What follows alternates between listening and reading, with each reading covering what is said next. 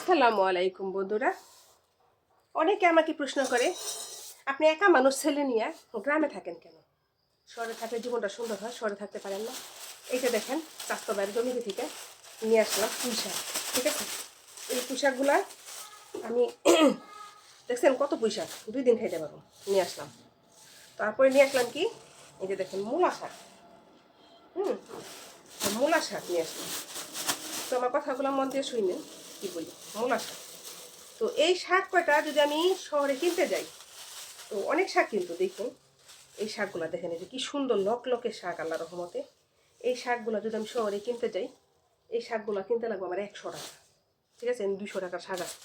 এই এক মুঠো লাল শাক, লাল শাকটা সস্তা সব জায়গায় আমি জানি। এগুলো দেখেন কি সুন্দর টাটকা চকচকা দেখে এত। ঠিক আছে, লাল শাক 1 মুঠ আমার যতটুকু লাগবো ততটুকু আনছি। দুগা লাগবো দুগা আনছি, 1 মুঠ লাগবো 1 মুঠই আনছি। কারণ কারোটা নষ্ট করতে আমার প্রয়োজন নেই। স্বাস্থ্য বাইরে বলছি ফোন দিয়া, ভাই শাক খাবো। ভাই বলতেছে তুমি শাক খাইবা, মানা করতে কেনা জমিতে থেকে খাই নিয়ে আসবো তুইলে। তো নিয়ে আসলাম যে পুঁই শাক আর মূলা শাক 2 দিন খাওয়া যাইব, আর লাল শাক আজকে চকচকা একদিনই রান্না খাবো।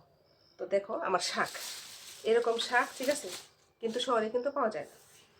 আরেকটা জিনিস, আমার ছেলের আমি প্রাইভেট পড়াই কত টাকায়, শুধু 1500, 2000, 1000 টাকা, 2000 টাকা হইলে আমার ছেলের আমি প্রাইভেট পড়াতে পারি 2 জায়গায়।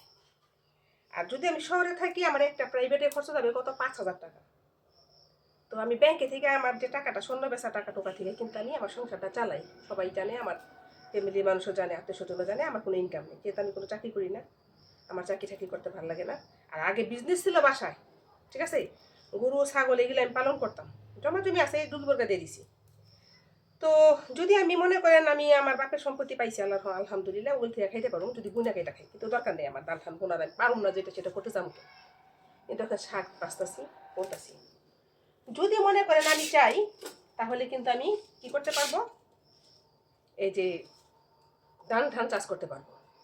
তো সেই টাকা থেকে ব্যাংকে থেকে যা আসে, আমার মনে করেন খাইয়া দাইও আরও আমি 10-15,000, 20,000 টাকা জমাইতে পারবো, যদি আর কি আমি শহরে না থাকি, এলাকায় থাকি।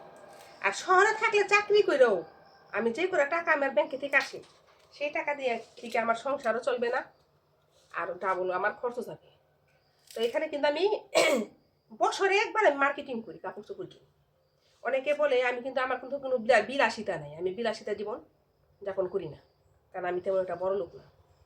আমি যেমন মধ্যপতি পরিবারের মেয়ে, আমি সেরকম করেই কিন্তু চলি। তো আমি জানি যে আমি এই কোটিপতি থেকে কিন্তু বিরাজ করি নাই। তো আমি মিডিয়াম ফ্যামিলির মেয়ে, তো সেই হিসাবে কিন্তু মধ্যপতি ফ্যামিলি হিসাবে কিন্তু আমার চলতোই, যেটাকে বলে মিডল ক্লাস। তো মিডল ক্লাস বললে আমার কিন্তু কোনো আসা যায় না। কেন আসা যায় না, অনেকে বলে আমাকে মিডল ক্লাস।